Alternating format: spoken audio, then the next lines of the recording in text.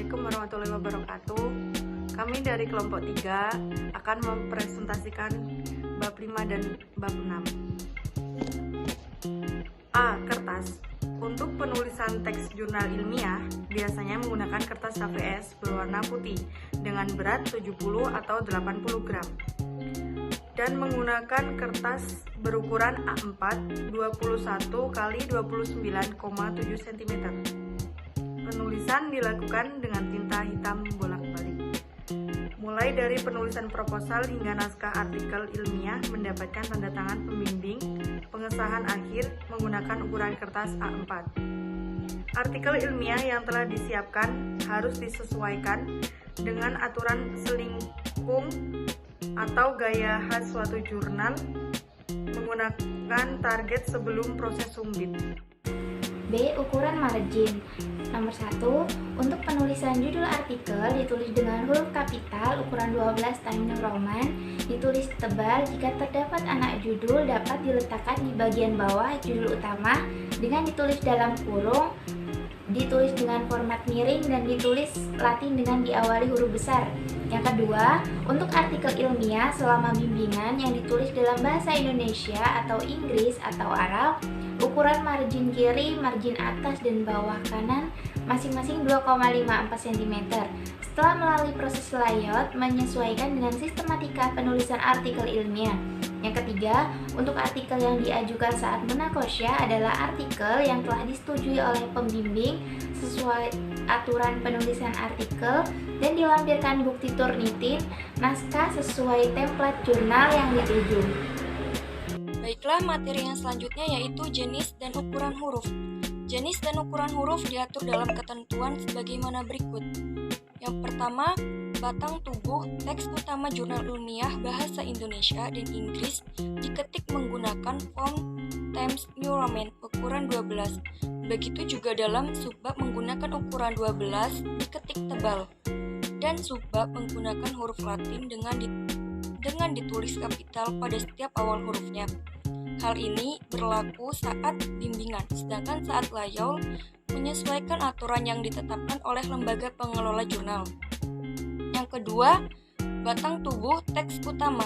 Naskah jurnal ilmiah berbahasa Arab diketik menggunakan font tradisional Arabik ukuran 16 dan untuk bab dan subbab diketik tebal dan subbab menggunakan huruf Latin ditulis kapital pada setiap awal hurufnya.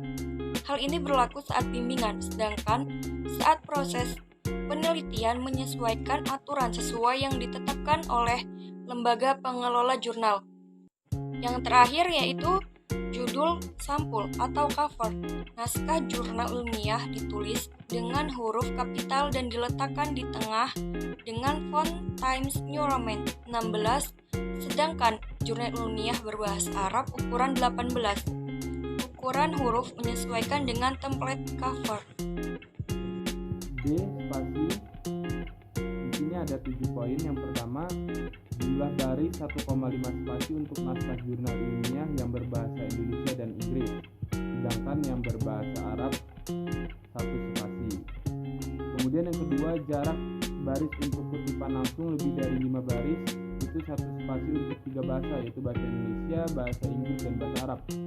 Kemudian yang ketiga, alinea baru diberi indensi atau masuk 5 ketukan. Yang keempat, nama bab ditulis dengan jarak 1,15 spasi dan diletakkan pada bagian tengah. Yang kelima, bab dan subbab diberi jarak 2 kali ketukan. Yang keenam, sub diberi jarak 1 kali ketukan enter dari baris terakhir kalimat sebelumnya. Yang terakhir atau ketujuh, hal di atas berlaku selama bimbingan, sedangkan ketika cetak menyesuaikan dengan panduan di jurnal yang dituju. Penyajian. Yang pertama, subbab tulis dari margarin kiri. Awal kata menggunakan huruf Latin kapital kecuali kata depan dan penghubung seperti dan, dalam, atau, dan lainnya. Yang kedua, jurnal ditulis sesuai urutan judul, nama penulis, nama fakultas dan universitas, dan email yang aktif. Yang ketiga, abstrak tidak lebih dari 200 kata ditulis atau spasi dan ditulis miring, lalu kata kunci tidak lebih dari 3 kata. Isi abstrak adalah pokok masalah, tujuan penelitian, kajian, pengembangan, metodologi, hasil simpulan, dan implikasi terhadap pengetahuan. Yang keempat, pendahuluan. Ditulis dengan huruf kapital atau masalah, lalu rumusan masalah, manfaat dan kegunaan dalam bentuk paragraf, lalu disajikan ke kajian terdahulu. Yang kelima, pembahasan. Ditulis dengan huruf kapital dan menggunakan dengan angka 1, 2, dan 3, seterusnya. Jika terdapat sub agar diminimalisir sub dan menggunakan format pertama, kedua, dan ketiga sebagai format ilmiah. Yang keenam, poin terakhir adalah penutup. Ditulis dengan huruf kapital yang berisikan kesimpulan, novelty, dan rekomendasi dari penelitian atau kajian tersebut. Yang ketujuh, selanjutnya berisi daftar rujukan, yaitu menyajikan semua daftar rujukan yang digunakan dalam kutipan. Baiklah, selanjutnya yaitu F, penomoran halaman.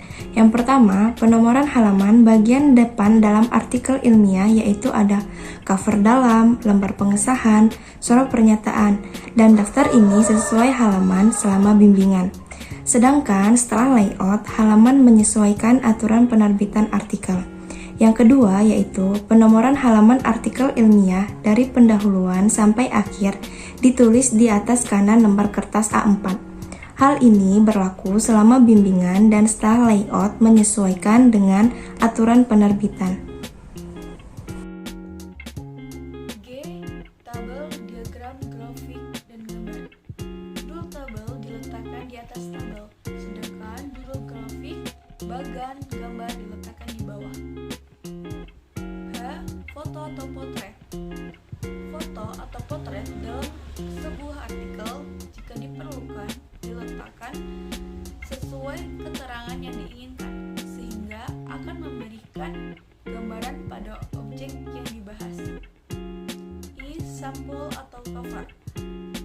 Judul sampul artikel berbahasa Indonesia ditulis dengan huruf kapital dan diletakkan di tengah dengan font Times New Roman dengan ukuran 14. Sedangkan artikel berbahasa Indonesia menggunakan font tradisional Arabic dengan ukuran 16. Materi selanjutnya mengenai penggunaan bahasa dalam penulisan ilmiah. Yang pertama, artikel harus ditulis dengan bahasa ilmiah. Yang kedua, penulisan artikel bahasa Indonesia mengikuti pedoman umum EYD. Yang ketiga, mahasiswa menulis dalam bahasa Arab atau Inggris sesuai program studi. Yang keempat, artikel bahasa Arab mematuhi gramatika, diksi, dan gaya berbahasa ilmiah yang benar. Yang kelima, artikel dalam bahasa Inggris mengikuti kaidah bahasa Inggris yang berlaku. Yang keenam, mahasiswa program studi lainnya dapat menulis dalam bahasa Arab dan bahasa Inggris. Yang ketujuh, penggunaan kata dan istilah merujuk pada kamus-kamus bidang ilmu yang relevan dan otoritas. Yang kedelapan, istilah asing dan daerah ditulis dalam huruf miring atau italik. Yang kesembilan, penulisan huruf Arab mengikuti transliter yang diatur dalam surat keputusan bersama Menteri Agama dan Menteri Pendidikan dan Kebudayaan RI nomor 158 tahun 1987.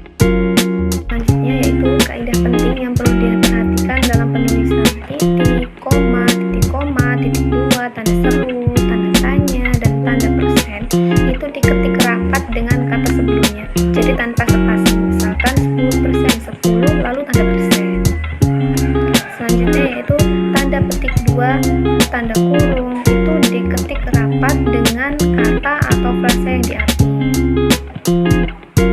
Selanjutnya yaitu ada tanda hubung, tanda pisah, tanda garis, tanda miring itu diketik rapat dengan kata yang mendahului atau mengikutinya, jadi diketik tanpa tanda spasi. Selanjutnya selanjutnya tanda sama dengan lebih besar, lebih kecil, lebih besar sama dengan, lebih kecil sama dengan, tambah, kali, kurang, dan bagi, plus minus, diketik satu ketikan sebelum dan sesudah kata. Jadi misalkan tanda sama dengan lalu dikasih spasi lalu disambung dengan katanya. Baik, di sini saya akan menjelaskan tentang tanda baca. Jadi apa sih itu tanda baca? Tanda baca merupakan simbol yang berperan untuk menunjukkan struktur dalam penulisan, intonasi, dan jeda dalam sebuah pembacaan. Teknik pengutipan.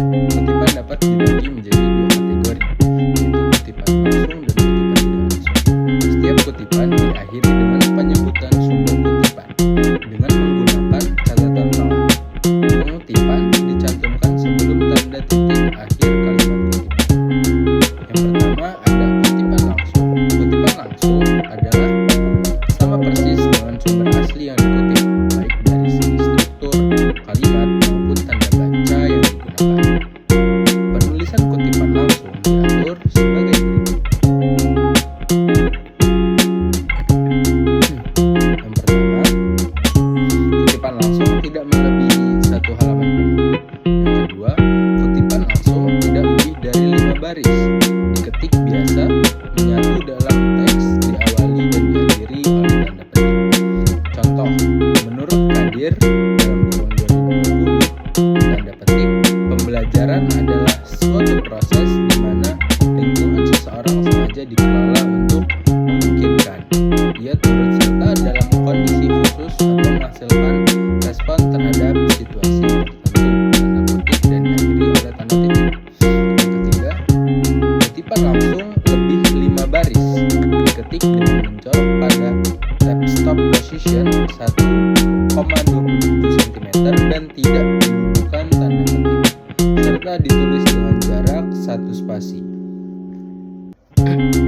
Kemudian yang keempat, penulisan ayat Al-Quran dan teks hadis sesuai dengan aslinya, memperlihatkan tanda-tanda baca yang tertera disertai syakalnya dengan menggunakan mushaf Utsmani serta menyebutkan nama surat dan nomor ayat untuk teks Al-Quran dan nama perawi untuk teks hadis dari sumber-sumber buku hadis langsung. Sedangkan kutipan langsung terjemahan Al-Quran dan hadis diketik miring dan diapit 2 tanda petik yang ditulis dengan menjorok atau masuk pada tab stop position 1,27 cm berspasi 1 dan tidak menyebut kata artinya. Kemudian yang kedua ada kutipan tidak langsung. Kutipan tidak langsung adalah pengambilan ide atau pokok pikiran dari teori atau pendapat yang dikutip. Kutipan ini dapat berbentuk saduran, ringkasan, atau kesimpulan, dan penulisannya tidak menggunakan tanda petik. Kutipan tidak langsung merupakan hasil sintesis yang digunakan dengan menggunakan bahasa penulis itu sendiri. Materi yang selanjutnya adalah daftar rujukan atau biasa ditulis ar-raji'. Nah, daftar rujukan ini adalah sejumlah referensi yang digunakan untuk menggambarkan informasi dari sumber-sumber acuan yang dipakai dalam penulisan karya ilmiah. Nah, dalam daftar rujukan ini ada beberapa aturan. Di sini daftar rujukannya mengikuti aturan catatan tengah atau middle note APA edisi yang ke-6. Di mana dalam penulisan yang pertama, aturan yang pertama itu adalah nama pengarang. Untuk penulisan nama pengarang ditulis terbalik. Contohnya Novia Susanti, maka yang ditulis terlebih dahulu adalah nama belakangnya, yaitu Susanti Novia. Atau jika namanya lebih dari 2 kata, Novia Susanti Rahmadani, maka nama yang terlebih dahulu ditulis adalah nama paling belakang, yaitu Rahmadani, kemudian NS, yaitu Novia Susanti. Atau jika nama pengarangnya lebih dari 2 orang, maka bisa ditulis satu-satu atau juga bisa ditulis DKK jika lebih dari 3 orang atau lebih. Maka penulisannya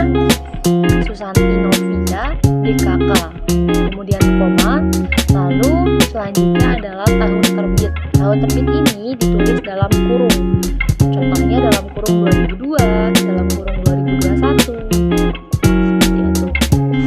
Selanjutnya koma dan nama judul. Judul ini bisa dari referensi jurnal, proposal, skripsi, atau artikel. Kemudian koma, lalu terbitan jilid keberapa. Jadi bisa volume ke-8, contohnya volume ke-8, lalu halaman sekian. Kemudian koma dan nama tempat terbit, kemudian titik. Selanjutnya yaitu materi terakhir, manajemen referensi, di mana manajemen referensi ini membahas tentang pengolahan sumber informasi yang digunakan dalam penulisan. Dalam proses penulisan kutipan, disarankan menggunakan manajemen referensi seperti Mendeley, Zotero, RefWorks, atau EndNote. Penulisan referensi ini juga harus mengikuti format American Psychological Association edisi ke-6. Dan semua sumber yang digunakan dalam teks harus tercantum di daftar referensi dan disebutkan dalam body text.